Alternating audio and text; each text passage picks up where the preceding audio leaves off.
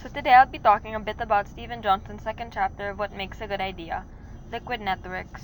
So what is a good idea? Good ideas are usually called light bulb moments, eureka moments, brainstorms, breakthroughs, but none really tell us what exactly an idea is.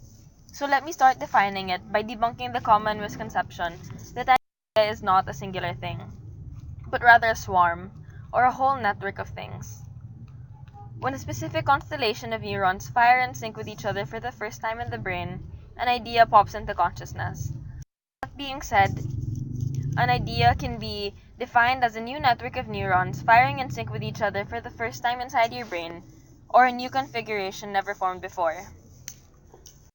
When thinking about the neural state of networks, preconditions become clear.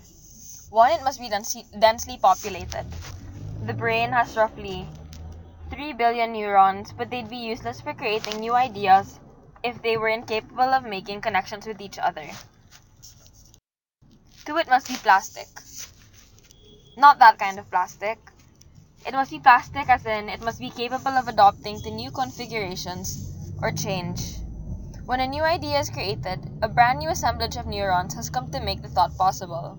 What matters in the mind is not just the number of neurons, but the myriad connections that have formed between them.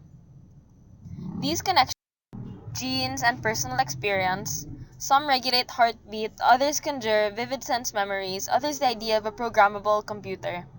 These connections are the key to wisdom. Given that definition, everything that happens in the brain is essentially a network. However, this is not what is a good idea. Good ideas have certain patterns in the networks that make them.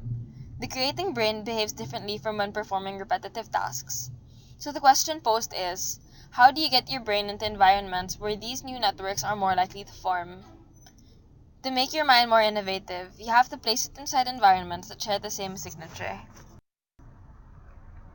It turns out, network patterns of outside world mimic a lot of the network patterns of the internal world of the human brain. Certain environments enhance the brain's natural capacity to make new links of association. These patterns go all the way back to the beginning of life, carbon.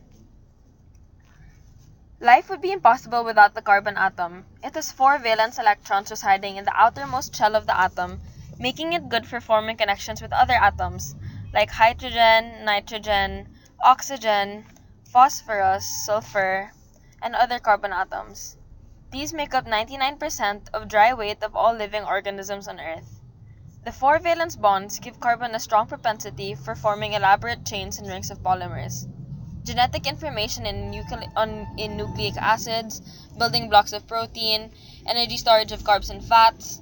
These highlight the unique property of carbon, its combinatorial power. It is a connector. These connections are essential for day-to-day functioning. It is hard to imagine how the first organisms must have evolved without carbon's connective power.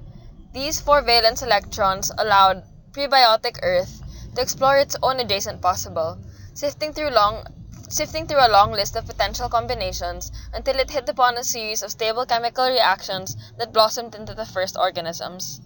Without carbon's generative links, Earth would be a lifeless soup of elements.